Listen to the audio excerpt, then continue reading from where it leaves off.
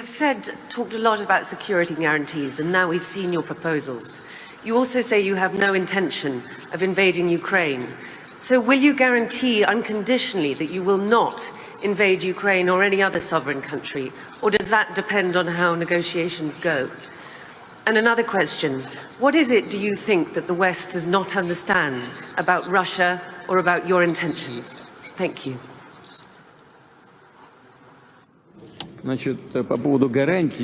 Speaking of the security guarantees and what it will depend upon, or if something will depend upon the negotiations, our actions will not depend on the negotiation. They will depend on the unconditional compliance with the Russian security demands today and in the historical context. In this sense, we have made it clear that any further NATO movement to the east is unacceptable. There is nothing unclear about this.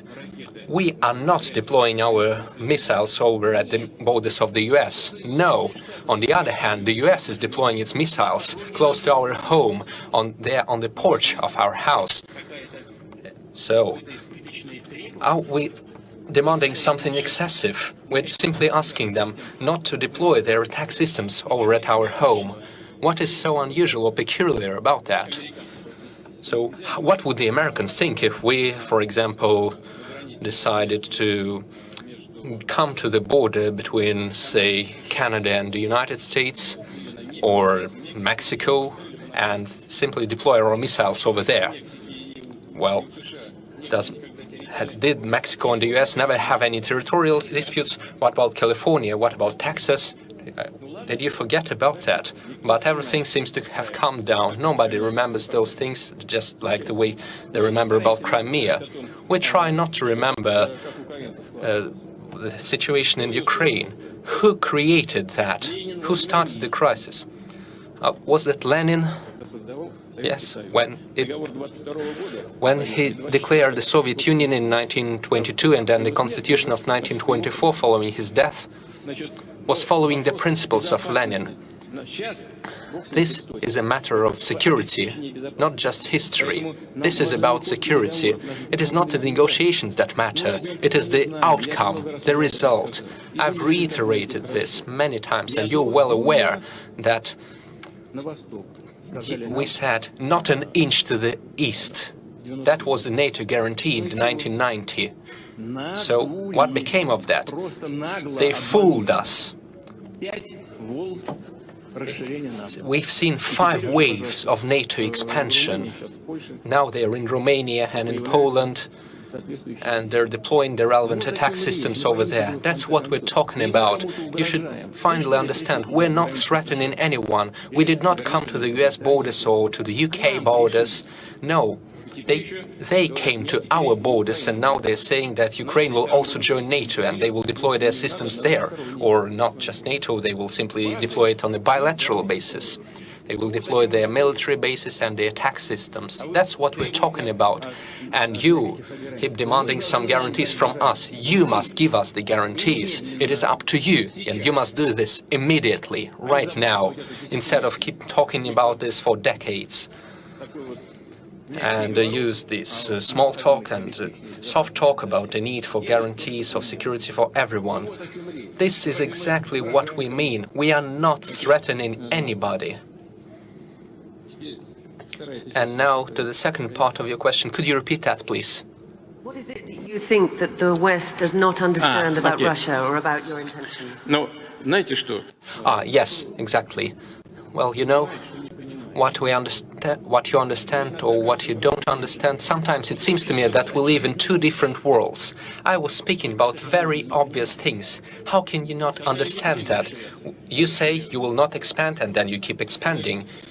You say we will have equal guarantees for everyone on a number of international agreements, and then we see there is no equality or no equal security. See, here's the thing. Back in 1918, one of the assistants of Woodrow Wilson, the US president, said that the whole world would feel calmer and safer if today's enormous Russia would be replaced with the states of Siberia and 4 more states in the European part of Russia.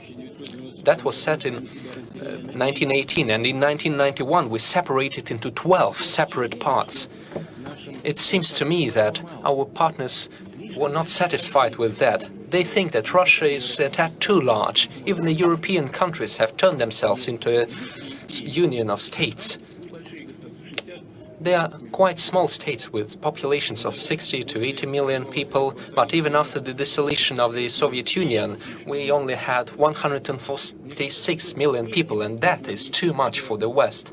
I think that is the only explanation for their constant pressure against us. Back in the 1990s, the Soviet Union did everything it could to build normal relations with the West, with the United States. I will keep saying this, and I will repeat for your viewers and listeners out there from the media that you represent. I didn't quite get that, but that doesn't matter.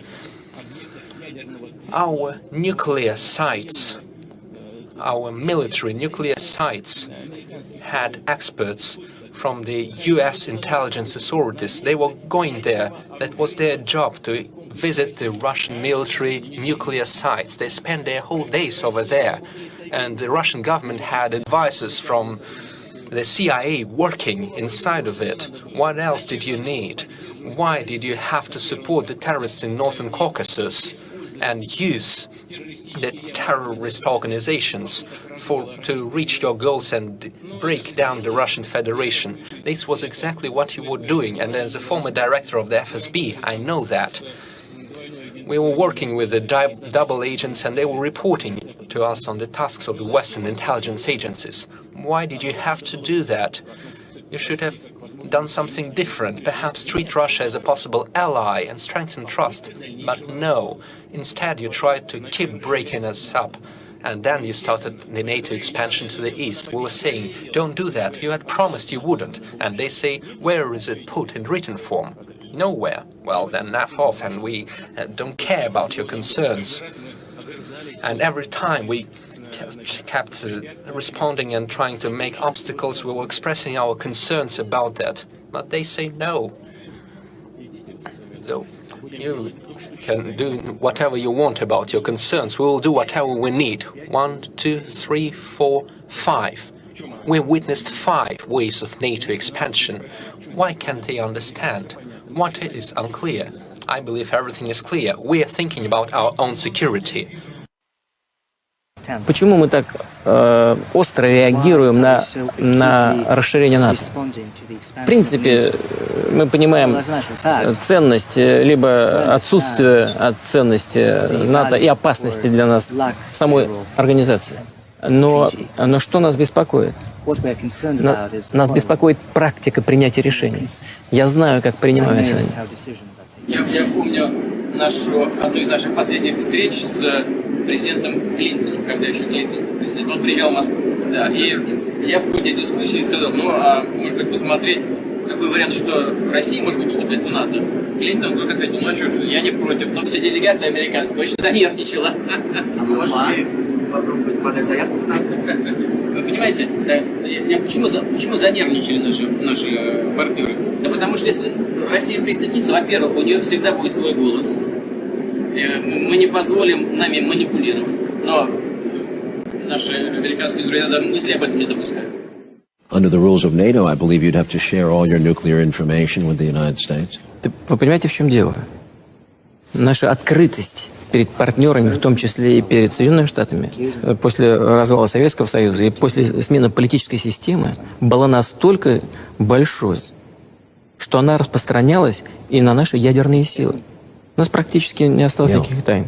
Американские наблюдатели сидели на одном из наших крупнейших и основных предприятий, производящих элементы ядерного оружия, на постоянной основе. Вы понимаете, мы и так уже были открыты достаточно.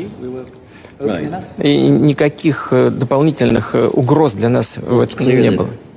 При этом вот что любопытно, президенты в вашей стране меняются, а политика нет. По принципиальным вопросам.